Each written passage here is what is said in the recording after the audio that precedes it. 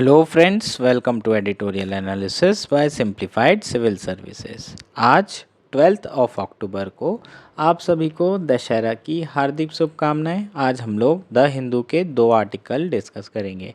जो article discuss किए जाएंगे वो आज तो हिंदू आया नहीं, तो ऑब्वियसली ये आर्टिकल इस हफ्ते में जो इम्पोर्टेंट आर्टिकल हमारे रह गए थे उसे हम आज कवर करेंगे। जो फर्स्ट आर्टिकल डिस्कस किया जाएगा यार बहुत ही ज़्यादा इंपॉर्टेंट है, इसे एक बार आप रीड ज़रूर करेंगे और जो इंपॉर्टेंट पॉइंट्स मैंने आपको बताया उसे नोट डाउन ज़रूर करेंगे। Can India escape middle income trap, एक मेंस का क्वेश्चन तैयार कर लेंगे, वो मेंस का क्वेश्चन आप लोग लिख लीजिए और प्रॉपर आंसर बना लीजिए। नेक्स्ट आर्टिकल जो डिस्कस करेंगे वो है फर्स्ट रिस्पॉन्डर। ये आर्टिकल इंडो मालदीव्स रिलेशनशिप के ऊपर आया है, अभी रिसेंटली मेंस में क्वेश्चन आया था। सो बहुत इंपॉर्टेंट ये आर्टिकल आपके लिए रहेगा प्री के पर्सपेक्टिव से भी।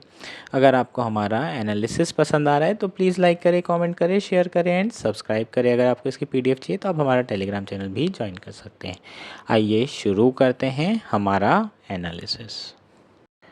हमारा फर्स्ट आर्टिकल है can India escape middle income trap. यह आर्टिकल द हिंदू में आया है। GS3 इकॉनमी मेंस के पर्सपेक्टिव से इंपॉर्टेंट है, प्रीलिम्स के पर्सपेक्टिव से भी यार इक्वली इंपॉर्टेंट है, इंटरव्यू के पर्सपेक्टिव से भी बहुत ज़्यादा इंपॉर्टेंट है। मिडिल इनकम ट्रैप के बारे में आपको क्वेश्चन पूछा जा सकता है। India as a developing country अभी एक मिडिल इनकम कंट्री है। तो बहुत सारी ऐसी कंट्री है जो डेवलपिंग कंट्री स्टेटस तो अचीव कर लेती है लेकिन डेवलप्ड कंट्री नहीं बन पाती है। और चूंकि वो डेवलप नहीं बन पाती है तो ऐसी कंट्री जो डेवलप नहीं हो पा रही हैं उसे ये कहा जाता है कि ये मिडिल इनकम ट्रैप में फंस गई है। जैसे जैसे कंट्री की इनकम बढ़ती जाती है उसकी ग्रोथ कम होने लगती है और स्लो ग्रोथ होने के कारण वो डेवलप नहीं बन पाती है। सो इंडिया की जो करंट सिचुएशन है वो मिडिल इनकम कंट्री है और अभी हम 2047 में टारगेट कर रहे हैं कि 2047 तक हम लोग डेवलप कंट्री बन जाएं। लेकिन इंडिया की इकॉनमी कई सारे चैलेंजेस फेस कर रही है। इस आर्टिकल में कुछ चैलेंजेस के बारे में बात की गई है, प्लस 2 कंट्री का यहाँ पर एग्जाम्पल दिया है, केस स्टडी दी है, एक तो साउथ कोरिया की और एक चिली की। ये साउथ कोरिया और चिली की जो केस स्टडी है ये आपके लिए इम्पॉर्टेंट होगा। इसमें बताया कि किस तरीके से स्टेट इंटरवेंशन के थ्रू मिडिल इनकम ट्रैप को ब्रेक किया गया है और इंडिया इन कंट्री से क्या लेसन्स ले सकती है। तो काफ़ी अच्छा ये आर्टिकल है, मेंस में आपको क्वेश्चन पूछा जा सकता है। जो क्वेश्चन आपको पूछा जा सकता है वो मैंने यहाँ लिख दिया है। Examine the challenges Indian economy faces in escaping the middle income trap. What steps the country should take to overcome them? ये इस तरह का क्वेश्चन आपको 2025 मेंस में पूछा जा सकता है।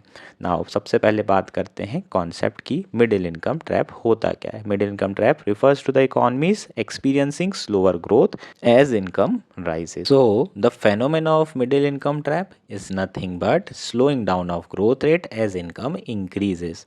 जैसे जैसे इनकम राइज होती है वैसे वैसे जो ग्रोथ रेट है इकॉनमी का वो कम होने लगता है। जैसे अगर हम इंडिया की बात करें तो इंडिया का अगर आप देखेंगे 2004 से 9 के बीच में जो ग्रोथ रेट है वो 9 से 10% के अराउंड था। उसके बाद फिर धीरे धीरे ये जो ग्रोथ रेट है कम होने लगा, फिर स्टैग्नेंट हो गया। अभी 7% के अराउंड इंडिया का ग्रोथ रेट देखने को मिल रहा है। सो जैसे जैसे इनकम बढ़ती है वैसे वैसे ग्रोथ रेट कम होने लगता है और इसी फेनोमेना को हम मिडिल इनकम ट्रैप बोलते हैं। रिसेंटली वर्ल्ड बैंक की एक रिपोर्ट पब्लिश की गई है, वर्ल्ड डेवलपमेंट रिपोर्ट 2024। ये प्रीलिम्स के लिए इंपॉर्टेंट है, ऐसी चीज़ें आपको पूछ ली जाती है, पहले भी आपको पूछा गया है इस रिपोर्ट के बारे में। So world development report 2024 recently release की गई है जिसमें फोकस किया गया है मिडिल इनकम ट्रैप फेनोमेना के ऊपर। और उस रिपोर्ट में वर्ल्ड बैंक ने एस्टिमेट किया है a stagnation of income per capita when economic reach a level of per capita income 11% of that of US, hindering their journey to high income status. So ये जो report है इसमें एक research की गई है और उस रिसर्च में ये पाया गया है कि जैसे ही कंट्री यूनाइटेड स्टेट का, फॉर एग्जांपल यूनाइटेड स्टेट्स की इनकम $20,000 पर कैपिटा है, तो इसका जैसे ही 11% इनकम तक कंट्री पहुंचती है, वैसे ही उनकी जो इनकम बढ़ना है वो बंद हो जाती है या फिर स्टैग्नेंट हो जाती है। स्टैग्नेंट का मतलब अगर 2% से ग्रो कर रही है तो 2% से ग्रो करेगी, तेज़ी से ग्रो नहीं करेगी, 3 पे नहीं जाएगी, 4 पे नहीं जाएगी, 6 पे नहीं जाएगी, स्टैग्नेंट हो जाएगी, स्थिर हो जाएगी, उसी को हम स्टैग्नेंट बोलते हैं। सो जैसे ही यूएस की पर कैपिटा का 11% पर पहुंची कंट्री की इनकम, उसके बाद इनकम बढ़ना बंद हो जाती है according to World Bank estimate. Now the question is कि आखिर मिडिल इनकम कंट्री होता क्या है। सो वो इकॉनमी जिनकी पर कैपिटा इनकम $1136 और $13,885 के बीच में है, उन कंट्रीज़ को हम मिडिल इनकम कंट्रीज़ बोलते हैं। सो अगर यहाँ पर मिडिल इनकम की बात करें तो इन दोनों रेंज के बीच में अगर आपकी कंट्री की इनकम है तो वो मिडिल इनकम कंट्री होगी। अगर $1136 से कम है तो लो इनकम स्टेटस कंट्री हो जाएगी, और अगर $13,885 पर कैपिटा इनकम है या उससे अधिक है तो हाई स्टेटस कंट्री कहलाएगी। इंडिया भी मिडिल इनकम स्टेटस कंट्री है, मिडिल इनकम कंट्री है। उनकी जो पर कैपिटा इनकम है वो इसी रेंज के बीच में है। अगर इंडिया को ट्रांजिशन करना है, हाई इनकम लेवल्स में डेवलप बनना है, तो उन्हें जो इकॉनमी चैलेंजेस फेस कर रही है उसे रिजॉल्व करना होगा, एड्रेस करना होगा, तभी इंडिया कर पाएगी। ये इतना आसान क्यों नहीं है? क्योंकि पिछले 34 सालों में केवल 34 ऐसी मिडिल इनकम इकॉनमी है जो कि ट्रांजिशन कर पाई है हायर इनकम लेवल से। अगर पिछले 34 साल में देखें तो लगभग 100 के आसपास ऐसी इकॉनमी थी जो कि मिडिल इनकम स्टेटस अचीव कर चुकी थी, उसमें से केवल 34 कंट्री ऐसी है जो कि इस ट्रैप को ब्रेक कर पाई है। सो इतना आसान नहीं है कि इंडिया आसानी से ये कर जाए, और उसके लिए इंडिया को काफ़ी जो प्रॉब्लम्स हैं उसे एड्रेस करनी पड़ेगी। जो वर्ल्ड बैंक है उन्होंने भी कुछ स्टेप्स दी है, और ये जो 3I अप्रोच है इसको आपको लिखना होगा। अगर आपने मेंस के आंसर में ये 3I अप्रोच नहीं यूज़ किया है तो आपका आंसर बेकार है, ठीक। सो सबसे पहले ये 3I अप्रोच कहीं पर भी अपने नोट्स में लिखेंगे। जो रिपोर्ट है उसने हाईलाइट किया है the importance of 3I approach: investment, infusion और इनोवेशन। इन्वेस्टमेंट करना बहुत ज़रूरी है, इन्फ्यूजन करना ज़रूरी है, और इनोवेशन करना ज़रूरी है। Economy must invest, ensure infusion of new global technologies and develop an environment conducive to domestic innovation. सबसे पहले आप इन्वेस्ट करिए, न्यू ग्लोबल टेक्नोलॉजी को इन्फ्यूज़ करिए, एंश्योर करिए कि जो ग्लोबल टेक्नोलॉजीज़ है उसे अडॉप्ट किया जाए, और ऐसा एनवायरनमेंट बनाइए कि डोमेस्टिक इनोवेशन हो सके। अगर ये तीनों चीज़ें नहीं होगी इकॉनमी में, अदरवाइज़ जो कंट्री होगी वो इनकम ट्रैप में फंस सकती है, मिडिल इनकम ट्रैप में फंस सकती है, और हायर इनकम इकॉनमी नहीं बन पाएगी, ठीक। अब यहाँ बात कर लेते हैं रोल ऑफ स्टेट का, क्या रहेगा सरकार का रोल, और दो केस स्टडी के बारे में भी बात करेंगे। Most countries that broke the trap were part of European union which facilitated growth and mobility of capital and labour for its member.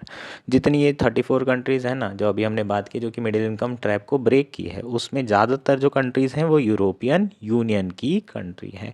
और यूरोपियन यूनियन की खास बात क्या है? यहाँ पर कैपिटल और लेबर मोबिलिटी है। अगर आप लेबर की बात करें तो बहुत बड़ा मार्केट है यूरोपियन यूनियन, वहाँ पर लेबर फ्रीली सीमलेसली फ्लो हो सकता है एक जगह से दूसरी जगह, है ना। एक स्टेट से दूसरे स्टेट आराम से जा सकता है। शेंगन वीज़ा के बारे में आपने सुना होगा, और किसी भी कंट्री में लेबर काम कर सकते हैं उनकी स्किल्स के हिसाब से। इसके अलावा जो कैपिटल है और लेबर है उसमें भी काफ़ी मोबिलिटी है, मतलब कैपिटल भी ईजीली फ्लो हो सकता है सारी कंट्री में। जहाँ पर मोस्ट इफ़ेक्टिव प्रोडक्शन हो रहा है, मोस्ट एफिशिएंट प्रोडक्शन होगा, वहाँ पर इन्वेस्टमेंट ज़्यादा होगा, कैपिटल को वहाँ पर लेकर जाया जाएगा। इंडिया में इतना आसान नहीं है, बाहर से एफडीआई बड़े मुश्किल से आ पाता है इंडिया में, और यहाँ पर कैपिटल कन्वर्टिबिलिटी भी 100% नहीं है। सो यूरोपियन यूनियन की अगर हम बात करें तो यहाँ पर कैपिटल और लेबर दोनों मोबिलिटी है, जहाँ पर भी चाहें लेबर जाके मूव कर सकते हैं। ऐसे में होता क्या है, जो सबसे एफिशिएंट कंपनी होगी वो सबसे एफिशिएंट लेबर को रख सकेगा, ओवरऑल प्रोडक्शन बहुत एफिशिएंट होगा, इनकम बढ़ती चली जाएगी। सो ये जो कैपिटल और लेबर मोबिलिटी है ये इकॉनमी में एफिशिएंसी इंश्योर करती है, कॉस्ट ऑफ प्रोडक्शन रिड्यूस करती है। अगर प्रोडक्शन कॉस्ट कम हो जाएगी तो जो गुड्स बनेंगे उसकी कॉस्ट बहुत कम होगी, कॉस्ट की अगर गुड्स की कॉस्ट कम होगी तो एक्सपोर्ट करना आसान हो जाएगा और इकॉनमी तेज़ी से ग्रो करेगी। अगर आप एक्सपोर्ट करेंगे तो ऑब्वियसली जो डिमांड है उसकी बढ़ रही है तभी तो एक्सपोर्ट करेंगे, डिमांड बढ़ेगी तो प्रोडक्शन बढ़ेगा, प्रोडक्शन बढ़ेगा तो आपका एम्प्लॉयमेंट और ग्रोथ दोनों बढ़ रही होगी। ठीक, लेकिन ये जो फ्री फैक्टर मोबिलिटी है ये सारी कंट्रीज़ के पास अवेलेबल नहीं है। कैपिटल इनफ्लोज इतना लिबरलाइज नहीं है, ऐसा इतना आसानी से कैपिटल एक कंट्री से दूसरी कंट्री नहीं पहुंच पाती है। बहुत सारे रिस्ट्रिक्शंस होते हैं, लेबर मूवमेंट में भी बहुत ज़्यादा रिस्ट्रिक्शन होते हैं। कुछ कंट्री ऐसी भी हैं जो कि नॉन यूरोपियन कंट्री है और still they manage to escape the trap, और उसमें से एक है साउथ कोरिया। ना साउथ कोरिया की बात करें तो साउथ कोरिया की जो गवर्नमेंट है वो हैविली इंटरवेंशनिस्ट गवर्नमेंट है। इसका मतलब वहाँ पर जो प्राइवेट सेक्टर एक्टिविटीज़ है वो सरकार ही जो है डायरेक्ट कर रही होती है प्राइवेट सेक्टर को, वो बता रही होती है कि आपको कितना प्रोड्यूस करना है। अब इंडिया में भी ऐसी सोशलिस्ट गवर्नमेंट रह चुकी है और ऑलमोस्ट कहा जाए तो वो फेल रही है। क्यों? क्योंकि बीओपी क्राइसिस हुआ था 1991 में और उसके बाद इंडिया जो है लिबरलाइज्ड इकॉनमी की तरफ मूव किया था, मार्केट इकॉनमी की तरफ मूव किया था। साउथ कोरिया की अगर हम बात करें तो यहाँ पर स्टेट का बहुत ज़्यादा इंटरवेंशन था और प्राइवेट सेक्टर एक्टिविटीज़ को डायरेक्ट किया जाता था। इंश्योर किया जा रहा था कि जो ग्रोथ हो वो एक्सपोर्ट ड्रिवन ग्रोथ हो, और इसी मॉडल को साउथ कोरिया में अडॉप्ट किया गया था। Successful companies were rewarded with access to new technologies and other supportive measures, while the firms that did not perform well were allowed to fail. This was no pure free market, but one where a powerful state intervened to bring about development goals, disciplining local elites and ensuring they followed the dictates of the state economic plan. यहाँ पर अगर हम बात करें तो ये free economy बिल्कुल भी नहीं है। इसमें क्या किया गया, जो सक्सेसफुल कंपनी है उनको सरकार नई टेक्नोलॉजीज़ दे रही थी और कई सारे टैक्स इंसेंटिव दे रही थी। जो प्रॉपरली कंपनीज चल नहीं पा रही थी उनको फेल होने दे दिया गया। उनको बोला ठीक है आप परफॉर्म नहीं कर रहे हैं तो आप फेल हो जाइए। जो परफॉर्म कर रहा है उन्हें इंसेंटिव दिया जा रहा था, जो परफॉर्म नहीं कर रहा है उसे फेल होने दे दिया गया। ये फ्री मार्केट इकॉनमी बिल्कुल भी नहीं है। लेकिन यहाँ पर स्टेट का जो इंटरवेंशन है वो राइट डायरेक्शन में है। जो डेवलपमेंट गोल्स हैं उसे वो अचीव करना चाह रहे थे इन इंटरवेंशंस के थ्रू, और उनका जो प्रॉपर इकोनॉमिक प्लान था उसके थ्रू प्राइवेट सेक्टर भी काम कर रहा था। ठीक, एक कंट्री साउथ कोरिया हो जाएगी। नेक्स्ट कंट्री जिन्होंने मिडिल इनकम ट्रैप ब्रोक किया था वो चिली थी, और यहाँ पर भी स्टेट इंटरवेंशन हमें देखने को मिल रहा है। जैसे कि सैल्मन इंडस्ट्री यहाँ बहुत ज़्यादा सक्सीड हुई थी due to target intervention of the state on multiple front to ensure that the industry flourish. The South Korean government approach carries significant lessons for India today. जो साउथ कोरियन गवर्नमेंट की approach थी वो India के लिए एक significant lessons बन सकती है। The state must be seen as being neutral among private players and ensuring those who do not make the mark are allowed to fail. The benefits firms receive from the state must be based on their performance instead of closeness or to power. जो South Korean model है वो India के लिए अच्छा lesson कैसे हो सकता है, वहाँ पर जितने भी प्राइवेट सेक्टर हैं जो कि सक्सेसफुल थे उन्हें सरकार ने खूब सारा इंसेंटिव दिया, और जो सक्सेसफुल नहीं हो रहे थे उन्हें फेल होने दिया। यहाँ पर सरकार का इंटरवेंशन ज़रूर है, लेकिन वो कंपनीज जो अपने आप में अच्छा कर रही थी सरकार उन्हें ही सपोर्ट कर रही थी, उनको सपोर्ट नहीं कर रही थी जो उनके फ्रेंड्स हैं, है ना। ऐसे बिजनेस पर्सन जो उनके मित्र हैं उनको सपोर्ट नहीं करना है, सपोर्ट उनको करना है जो कंपनी अपने आप बेहतर कर रही है। The presence of powerful business houses can promote growth provided they invest, ensure the adoption and infusion of new technologies and innovate, है ना। जो जितने भी पावरफुल बिजनेस हाउसेस हैं इनकी प्रेजेंस इम्पॉर्टेंट है। अगर ये लोग ज़्यादा से ज़्यादा इन्वेस्ट करें, टेक्नोलॉजीज़ को अडॉप्ट करें, इन्फ्यूज़ करें और इनोवेशन करें तो ये बहुत अच्छी टेक्निक हो सकती है। इंडिया में प्रॉब्लम क्या है? इंडिया में प्रॉब्लम ये है कि ये जो बड़े पावरफुल बिजनेस हाउसेस हैं ये पैसा तो कमाते हैं लेकिन प्रॉफिट ज़्यादा बना रहे हैं और उसे इन्वेस्ट नहीं कर रहे, न्यू टेक्नोलॉजीज अडॉप्ट नहीं की जा रही है और अल्टीमेटली जो इनोवेशन है वो नहीं हो पा रहा है। अगर सरकार ये तीनों चीज़ें नहीं कर पाएगी तो पॉसिबल नहीं है कि इंडिया अपना मिडिल इनकम ट्रैप ब्रेक कर सके। नाउ क्वेश्चन ये है, क्या इंडिया साउथ कोरिया की जो स्ट्रेटेजी है उसे ब्लाइंडली फॉलो कर सकती है, वो भी आज के टाइम पे? सो ये इतना आसान नहीं होगा। क्यों नहीं होगा? क्योंकि जो साउथ कोरिया की सक्सेस स्टोरी है वो किस पे बिल्ड थी? मैन्युफैक्चरिंग एक्सपोर्ट पे। आज के इकोनॉमिक सिनेरियो में इस तरह की स्ट्रेटजी पॉसिबल नहीं है। क्यों नहीं है? क्योंकि world export growth has slowed with demand from large economy slowing down following the multiple shocks of the last few year. Several countries have seen a slow turn to protectionism. So आज के समय में ये possible इसलिए नहीं है क्योंकि आज के समय में प्रोटेक्शनिज्म बढ़ते जा रहा है। पिछले कुछ सालों में कई तरह के शॉक देखे गए हैं, जैसे कि पेंडेमिक हुआ था कोविड-19, उसके बाद से यूक्रेन रशिया वॉर चल रही है, उसके बाद से मिडिल ईस्ट में कन्फ्लिक्ट चल रहा है, ओवरऑल वर्ल्ड में क्योस है, अनसर्टेनिटी है, यूनाइटेड स्टेट्स और यूरोपियन यूनियन की ग्रोथ रेट कम हो रही है, इन्फ्लेशन वहाँ पर बढ़ते जा रहा है, स्टेगफ्लेशन हमें देखने को मिल रहा है। सो अगर ये कंट्री की ग्रोथ रेट कम होगी, ओवरऑल वर्ल्ड की ग्रोथ रेट कम होगी, तो इंडिया एक्सपोर्ट कर सकता है क्या? नहीं कर सकता। अगर दुनिया की इनकम नहीं बढ़ेगी तो वो अपने प्रोडक्ट्स की डिमांड क्यों करेंगे? अपने प्रोडक्ट्स की डिमांड नहीं करेंगे तो इंडिया एक्सपोर्ट किसको करेगा, क्या करेगा? तो ऐसे में इंडिया के लिए इतना आसान नहीं होगा मैन्युफैक्चरिंग एक्सपोर्ट बेस्ड स्ट्रेटेजी को ब्लाइंडली अडॉप्ट करना। The employment losses in developed economy caused by free trade have made it more difficult for countries such as India to access foreign markets। और आपने देखा होगा अमेरिका ग्रेट, इस तरह के slogans दिए जा रहे हैं। ट्रम्प वापस आने के चांसेस बहुत ज़्यादा हैं, जिसमें अमेरिका फर्स्ट की बात की जाती है, तो बहुत सारे इंडियंस वहाँ जाके जॉब करने लगे और फिर बोला जाने लगा कि इंडियंस के कारण जो है आपकी जॉब जा रही है, लोकल लोगों की जॉब जा रही है। सो फ्री मार्केट एक्सेस के कारण जो लोकल लोग हैं उनकी जॉब जा रही थी, और इसके कारण इंडिया के लिए इतना आसान नहीं होगा कि इंडिया को जो फॉरेन मार्केट है उसका आसानी से एक्सेस मिल पाए। Moreover, several countries have been hit by what economist Danny Roderick terms premature deindustrialization। यार ये टर्म बहुत इंपॉर्टेंट है, इस पे मेंस में आपको क्वेश्चन पूछा जा सकता है। इकोनॉमिक ऑप्शनल वालों को तो क्वेश्चन आएगा ही आएगा यार, है ना। प्रीमेच्योर डीइंडस्ट्रियलाइजेशन क्या है, इसके बारे में आपको क्वेश्चन पूछा जा सकता है। बहुत सारी इकॉनमी में ये हमें प्रीमेच्योर डीइंडस्ट्रियलाइजेशन देखने को मिल रहा है। Modern economy face a reduction in the income share of manufacturing at much lower level. जो मॉडर्न इकॉनमी है वो फेस कर रही है reduction in the income share of manufacturing at much lower level of GDP compare to previous economy. So जो manufacturing का share है GDP में वो बहुत कम होते जा रहा है, रिड्यूस होते जा रहा है डेवलपिंग कंट्रीज़ में और आज की जो मॉडर्न इकॉनमी है उसमें। इंडिया की भी बात करोगे तो इंडिया में भी जो मैन्युफैक्चरिंग है वो स्टैग्नेंट है, पिछले कई सालों से 16% के अराउंड है।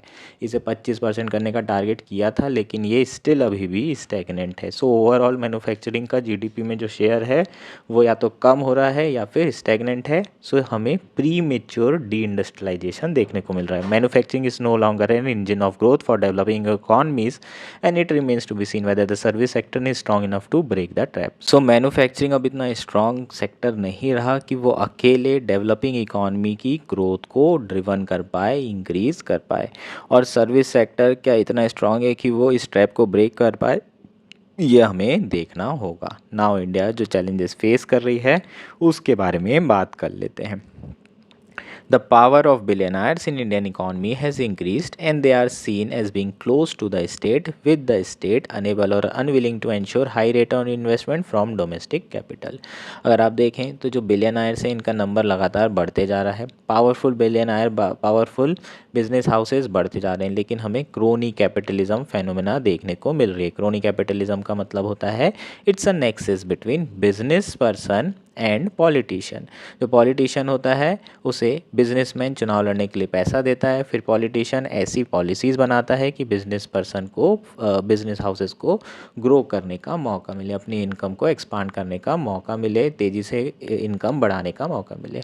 ऐसे में जो कंपटीशन होता है वो किल हो जाता है। क्यों? क्योंकि ऑब्वियसली जो बिजनेस हाउस है जिन्होंने सपोर्ट किया है पॉलिटिशियन को वो सिर्फ उन्हें फ़ायदा देंगे, और जो बाकी लोग हैं, जो बाकी बिजनेसमैन हैं वो लोग हो सकता है कि सर्वाइव ना कर पाए। ऐसे में धीरे धीरे कंपटीशन ख़त्म हो जाता है और मोनोपोली हो जाती है, करप्शन और मोनोपोली हमें देखने को मिलता है। सो ये क्रोनी कैपिटलिज्म होता है और इंडिया में भी यही फेनोमेना हमें देखने को मिल रही है। लगातार बिलियनायर्स की पावर बढ़ती जा रही है, उनका इन्फ्लुएंस सरकार में बढ़ते जा रहा है और कुछ लोग ही पैसा कमा रहे हैं। इन्वेस्टमेंट प्राइवेट सेक्टर का इतना नहीं हो रहा है। आई3 में से ना इन्वेस्टमेंट हो रहा है, ना इन्फ्यूज़ ऑफ ग्लोबल टेक्नोलॉजीज़ हो रहा है और ना ही इनोवेशन हो रहा है।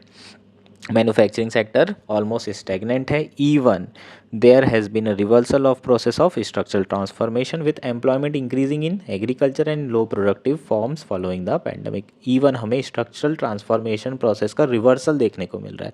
जनरली होता ही है कि एग्रीकल्चर में जो लोग हैं एम्प्लॉयड हैं वो कम होते हैं, मैन्युफैक्चरिंग में शिफ्ट होते हैं, सर्विसेज में शिफ्ट होते हैं। अभी हमें पैंडमिक के बाद से देखने मिल रहा है कि वापस एग्रीकल्चर में लोग शिफ्ट होने लगे हैं, बहुत सारे लेबर वापस एग्रीकल्चर में जा रहे हैं। सो ये स्ट्रक्चरल जो ट्रांसफॉर्मेशन है उसका रिवर्सल देखने को मिल रहा है।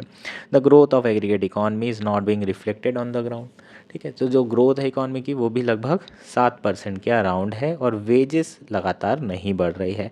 PLFS का जो सर्वे है उसके हिसाब से जो नॉमिनल वेज है for regular wage worker at all India levels between April and June 2023-24 has only grown at around 5% और कैजुअल वर्कर के लिए 7%। इन्फ्लेशन रेट 5% के अराउंड तो रहता है। सो अगर आप देखें तो जो रियल वेज रेट है वो बढ़ ही नहीं रहा है। A economy can not break a middle income trap if the workers are unable to partake in the growth process. अगर जो इकॉनमी है वो मिडिल इनकम ट्रैप कभी ब्रेक कर ही नहीं सकती अगर जो लेबर हैं उनकी इनकम नहीं बढ़ेगी। सिर्फ किसकी इनकम बढ़ रही है? कैपिटलिस्ट लोगों की बढ़ रही है। सो जो कैपिटलिस्ट लोग हैं उनकी इनकम बढ़ना भी ख़राब नहीं है, अच्छी बात है, लेकिन अगर वो इन्वेस्ट करें और इनोवेट करें। सो ओवरऑल अगर देखें तो इंडिया भी मैन्युफैक्चरिंग ट्रैप में फंस सकता है, क्योंकि अगर वर्कर की इनकम नहीं बढ़ेगी तो कंजम्पशन बढ़ेगा क्या? नहीं बढ़ेगा। कंजम्पशन नहीं बढ़ेगा तो डिमांड बढ़ेगी क्या? नहीं बढ़ेगी। डिमांड नहीं बढ़ेगी तो ओवरऑल जो इकॉनमी है उसमें एग्रीगेट डिमांड कम हो जाएगी। एग्रीगेट डिमांड कम होगी तो जो कंपनी है वो इन्वेस्ट करेगी क्या? नहीं करेगी। इन्वेस्ट नहीं करेगी तो प्रोडक्शन होगा क्या? नहीं होगा। प्रोडक्शन नहीं होगा तो एम्प्लॉयमेंट बढ़ेगा क्या? नहीं बढ़ेगा। ओवरऑल जो ग्रोथ होगी वो बढ़ेगी क्या? नहीं बढ़ेगी। जो इकॉनमी है वो मिडिल इनकम ट्रैप में फंस जाएगी। More importantly the question of democracy looms large. South Korea की जो एक्सपोर्ट स्ट्रेटेजी है वो मिलिट्री गवर्नमेंट ने ओवरसीन की थी। उसी तरीके से चिली में भी जो है डेमोक्रेटिकली इलेक्टेड गवर्नमेंट को हटाया गया था। उसी के बाद जो मिलिट्री गवर्नमेंट आई थी उन्होंने इस तरह के स्टेट इंटरवेंशन किए थे। तो यहाँ पर इंडिया के लिए एक और चीज़ है इम्पॉर्टेंट कि जो डेमोक्रेसी है उसके साथ में चलते हुए, उसको साथ लेकर चलते हुए इंडिया को इस मिडिल इनकम ट्रैप को ब्रेक करना है। ऐसा नहीं करना है कि हम जो है कूप कर दें, मिलिट्री स्टेट ले आएं, ऐसा नहीं है। ऑटोक्रेटिक स्टेट इंडिया के लिए बिल्कुल भी फ्रूटफुल नहीं है। इंडिया को डेमोक्रेसी के जो इथोस हैं उसकी सैंक्टिटी को तो मेंटेन करना ही है, साथ साथ इस तरह के इंटरवेंशन करना है कि जो इकॉनमी है वो तेज़ी से ग्रो हो। सो जो चैलेंजेस हैं वो तेज़ी से एड्रेस किए जाएं।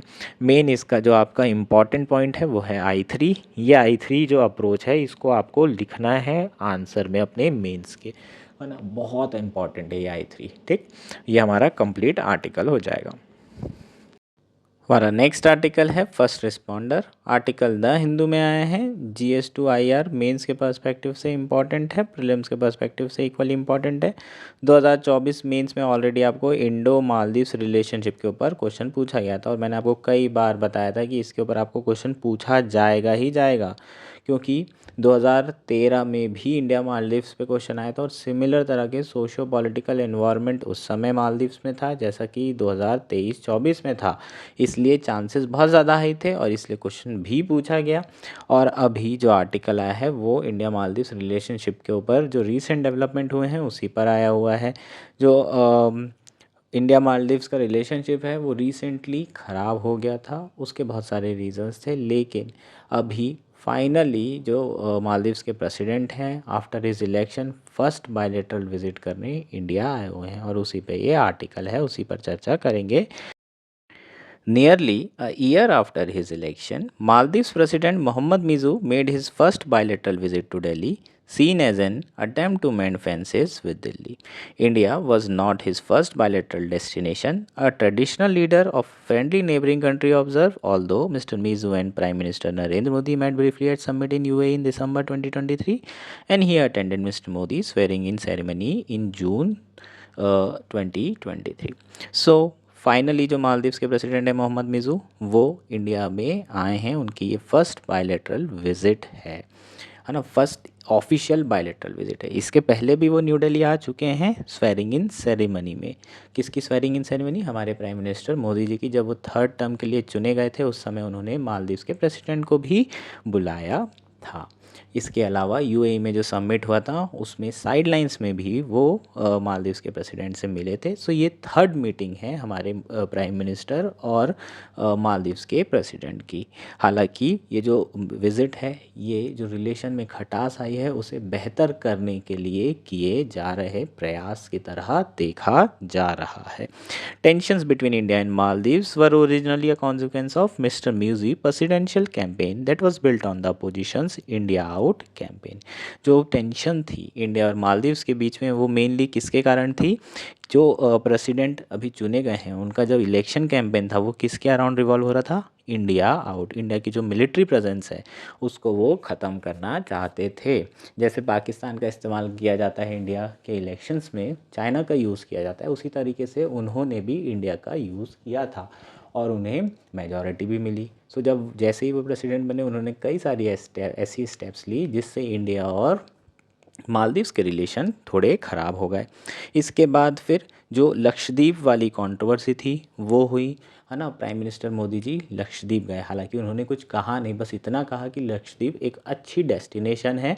जिसके बाद मालदीव्स के जो मिनिस्टर हैं उन्होंने प्राइम मिनिस्टर मोदी के अगेंस्ट में ख़राब चीज़ें कही। उसके बाद सोशल मीडिया में बायकॉट मालदीव कैंपेन शुरू किया गया और वहाँ पर जो टूरिज़्म है उसी के भरोसे मालदीव्स में रेवेन्यू आता है। अब टूरिज़्म अगर ख़त्म हो जाएगा या कम हो जाएगा तो उनका रेवेन्यू बहुत कम हो जाएगा और बायकॉट मालदीव से उनको बहुत ज़्यादा नुकसान हुआ। उसके बाद से जो रिलेशन है उसे बेहतर करने की कोशिश की जा रही है। धीरे धीरे चाइना के साथ जो मालदीव्स है उसकी क्लोजनेस बढ़ती जा रही है, जो इंडिया के लिए बड़ी ही टेंशन की बात है। क्यों? क्योंकि अगर आप मालदीव्स की ज्योग्राफी देखें तो वो एक तो इंडियन ओशियन में है और इंडिया के बहुत करीब है। तो ज्योग्राफी वाइज इंडिया का ये बैकयार्ड है और हिस्टोरिकल इंडिया के साथ बहुत अच्छे रिलेशन रहे। मालदीव्स के लिए इंडिया इंपॉर्टेंट है और इंडिया के लिए मालदीव्स बहुत इंपॉर्टेंट है, लेकिन चाइना की यहाँ पर जो प्रेजेंस है वो इंडिया के लिए बहुत प्रॉब्लमेटिक हो सकती है। जनरली जो मालदीव्स के प्रेसिडेंट रहे हैं वो प्रो इंडियन रहे हैं, लेकिन इस बार जो रिजीम आई हैं उनका जो नारा है वो मालदीव्स फर्स्ट पॉलिसी का नारा है।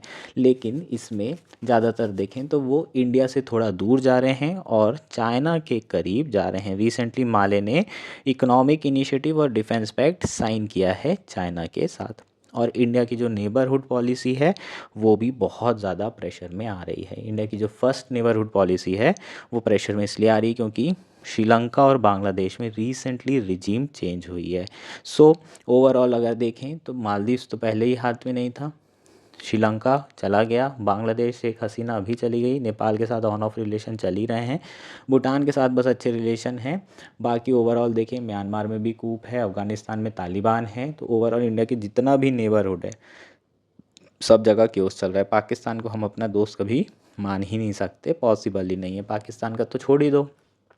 सो ओवरऑल इंडिया का जो नेबरहुड है वहाँ बहुत ज़्यादा क्योस है। रीजनल इनस्टेबिलिटी, इंडिया क्या चाहता है? रीजन स्टेबल रहे ताकि सारी कंट्री तेज़ी से ग्रो हो और साउथ एशिया एक साथ ग्रो कर सके। इंडिया सिर्फ साउथ एशिया का ही लीडर नहीं, ग्लोबल साउथ का लीडर है, लेकिन अगर इंडिया साउथ एशिया को मैनेज नहीं कर पा रहा है तो वर्ल्ड लीडर कैसे बन पाएगा? अपने आसपास की कंट्री को तो इंडिया को मैनेज करना ही पड़ेगा।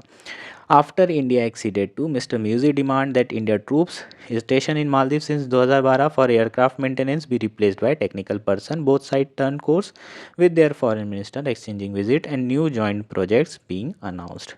जो प्रेसिडेंट म्यूजिक थे जैसे ही वो इलेक्शन में जीते उन्होंने सबसे पहले जो डिमांड की वो ये की कि 2012 से जो इंडिया की मिलिट्री की प्रेजेंस है मालदीव्स में उसे हटाया जाए और जो टेक्निकल पर्सन हैं जो कि मेंटेनेंस करेंगे एयरक्राफ्ट का, सिर्फ उनको रखा जाए। मिलिट्री की प्रेजेंस को कम्प्लीटली हटाने की बात की। इंडिया ने इस बात को मान भी गया। उसके बाद से दोनों कंट्री के फॉरेन मिनिस्टर मिले हैं, कई सारे प्रोजेक्ट अनाउंसमेंट किया है। जैसे कि इंडिया ने डिसाइड किया था to extend $100 million in SBI subscription of Maldivian T bills enabled Male to make its डेब्ट service payment at the time when it was in danger of defaulting. So default के समय में इंडिया ने $100 million के जो टी बिल्स हैं उसको ख़रीदा ताकि इनके पास पैसे रह सके। Mister Meizu has soften his rhetoric and set minister who were critical of mister Modi. जो मिनिस्टर थे जिन्होंने ट्वीट किया था लक्षद्वीप कंट्रोवर्सी के समय में मोदी के अगेंस्ट में, उसे भी बाहर कर दिया गया। और जो प्रेसिडेंट थे मिजू, अब उनका जो स्टैंड है वो थोड़ा सॉफ्ट हो चुका है। इसके अलावा इंडिया ने $400 million का सपोर्ट किया है अभी रिसेंटली लाइन ऑफ क्रेडिट के थ्रू। लाइन ऑफ क्रेडिट का मतलब क्या होता है? इंडिया सॉफ्ट लोन दे रहा है। 0.01% पे इस लोन दिए जाते हैं, बहुत सॉफ्ट लोन होते हैं, आराम से आप इसे रिटर्न कर सकें। इंडिया ने 3,000 करोड़ का करेंसी स्वैप अरेंजमेंट भी किया है, जिसके थ्रू जो मालदीव्स है उसका जो करेंसी रिजर्व्स है उसको बढ़ाया जा सके।